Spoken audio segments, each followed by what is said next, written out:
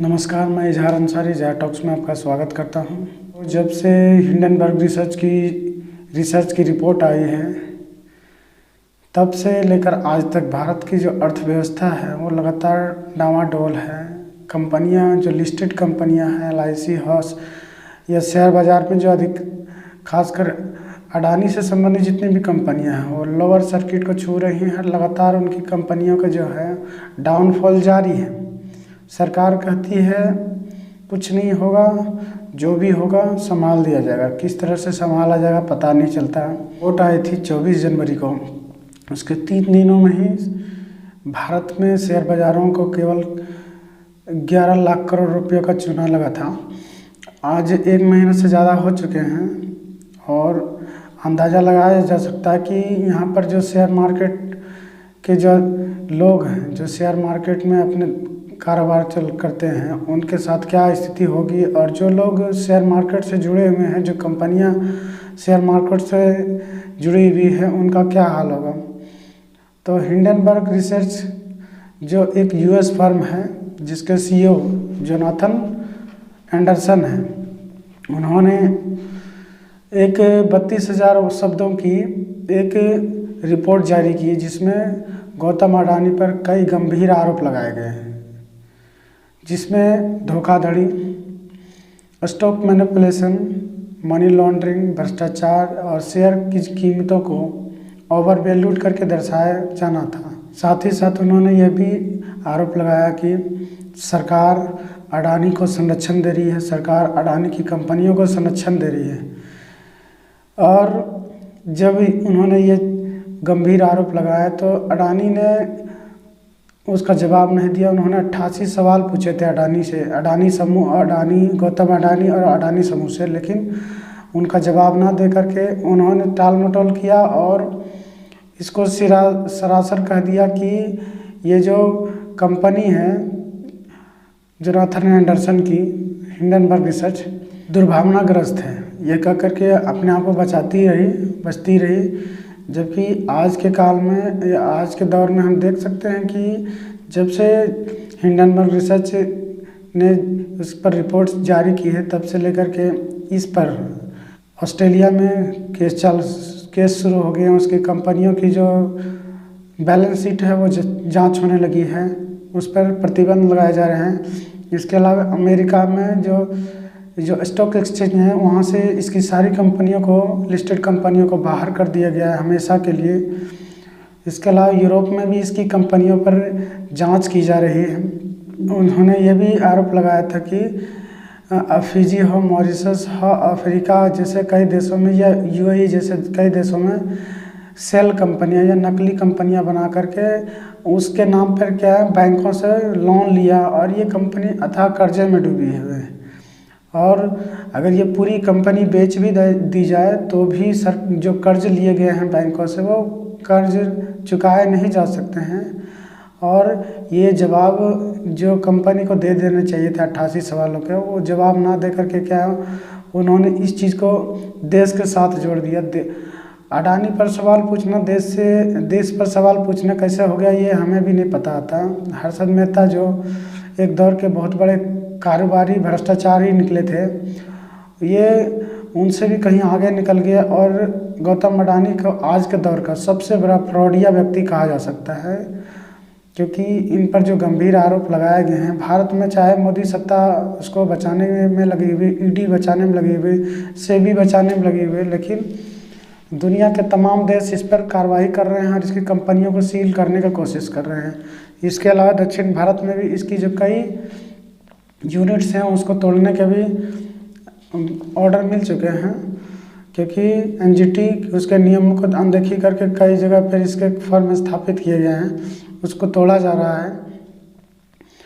तो जिन चीज़ों पर हिंडनबर्ग रिसर्च ने इस पर आरोप लगाए हुए सही भी पाए गए हैं। हिंडनबर्ग है क्या, ये जानना पड़ेगा। हिंडनबर्ग एक फर्म है, अमेरिकी फर्म, जो 2017 में स्थापित की गई थी और इसमें केवल स्थायी तौर पर काम करने वाले 5 ही कर्मचारी हैं। यह एक व्हिसल ब्लोअर कंपनी है, कंपनियों में के कामकाज और धांधली पर नज़र रखती है और उसकी धांधली को या उसमें जो गड़बड़ियां हैं उसको उजागर करने का प्रयास करती है।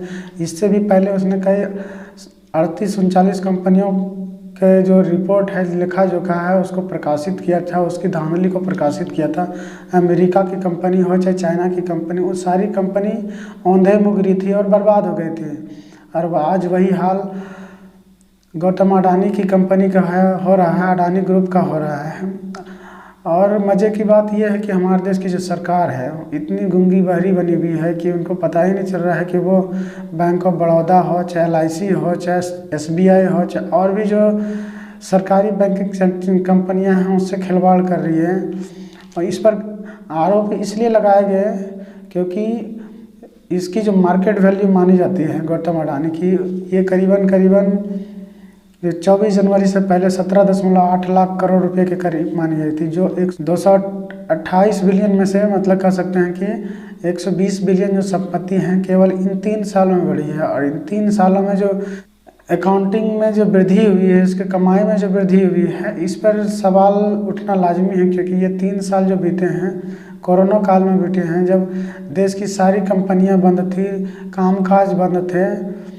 और अचानक उसी काल में अधिकांश इसकी जो कंपनियां हैं, 10 में से 7 कंपनियों में, किसी में 700% तो किसी में 800%, किसी में 550%, किसी में 330% लगभग इजाफा देखा गया। उसकी कंपनी में प्रॉफिट देखा गया। जब कोई काम हो नहीं रहा था तो इसकी कंपनी इतनी प्रॉफिट कैसे कर रही थी, एक सोच का विषय है, जांच का विषय है। लेकिन सरकार जांच ना करके आप उंगली करेंगे तो आपको दबा दिया जाएगा। हमारे देश में यही चीज़ें चल रही है और इस चीज़ को लेकर के सरकार जो है बच रही है कि आखिर कोरोना काल में गौतम अडानी की कंपनी जो है इतनी तेज़ी से वृद्धि कैसे कर गई है और इतनी नेटवर्थ में वृद्धि कैसे हुई, ये जानने का विषय है। और आज के डेट में जो अडानी की 11 लाख से ज़्यादा करोड़ रुपये स्वाहा हो चुके हैं, मतलब कर सकते हैं कि 17 लाख करोड़ में से 11-12 लाख करोड़ रुपये उसके डूब चुके हैं। बचे हुए जो 5 से 6 लाख करोड़ रुपये हैं वो भी कहा नहीं जा सकता कि इतने में से वो जितने कर्ज लिए हुए हैं वो चुका पाएगी। कंपनी अथाह कर्जे में डूबी हुई है। इससे पहले मोदी सरकार की इतनी बड़ी रहमदिली देखी गई थी कि 2014 से लेकर 2020 के दौरान जो बिजनेस कॉरपोरेट घराने हैं उनके 10.5 लाख करोड़ रुपए कर्ज माफ कर दिए गए थे। NPA में डाल दिया गया था, बट्टे खाते में डाल दिया गया था। इसके अलावा अभी सरकार ने खुद माना है कि उन्होंने अडानी को 2.5 लाख करोड़ रुपए से ज़्यादा के कर्जे दिलाए हैं। और अडानी की जो मोदी के साथ जो निकटता है वो जग जाहिर है। मोदी जी चाहे जो भी कर ले, जो भी जो SBI हो या बड़ी बड़ी संस्था है, ED हो, SEBI हो, इसमें अडानी के लोग बैठे हुए हैं जो इसको बचाने का कार्य कर रहे हैं। ना तो सुप्रीम कोर्ट कुछ कहेगी, ना सरकार कुछ कहेगी। जिस तरह सहारा दिवालिया हो गई उसी तरह LIC दिवालिया हो जाएगी, लोगों के पैसे डूब जाएंगे और लोग फिर भी हर हर मोदी और घर घर मोदी करते रहेंगे। जब उनके पास करने के लिए कुछ नहीं बचेंगे, उस दौर में ये याद करना पड़ेगा उनको कि हमने एक ऐसे फ्रॉडिया को सत्ता दी थी जिसने इकोनॉमी को बेच डाला, इस देश की जो सरकारी संपत्ति को औने पौने कौड़ियों के दाम में बेच करके अपने दोस्तों को दे डाला और उसकी वजह से वो अरबपति खरबपति बन गया। जब वो एक ऐसी कंपनियों को उनको प्राइवेट हाथों में देने पर तो खरबपति बन सकता था, तो इन सरकारी कंपनियों को और भी ज़्यादा प्रॉफिट में लाने का प्रयास सरकार ने क्यों नहीं किया, इसको बेचने में क्यों लगी रही, ये भी एक जांच का विषय है। इस पर सवाल जवाब होने चाहिए थे।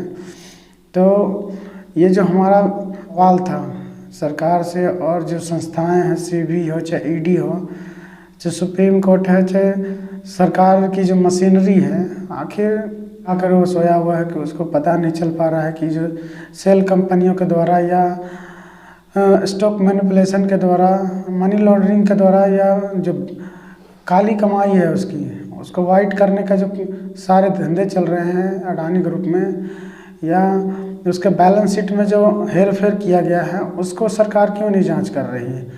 आखिर उसकी 3 साल में उसकी संपत्ति 120 बिलियन डॉलर कोरोना काल में बढ़ कैसे गई, ये भी एक जांच का विषय है। यदि आपको हमारा चैनल पसंद आता है आप हमारे वीडियो को लाइक शेयर और सब्सक्राइब करें। धन्यवाद।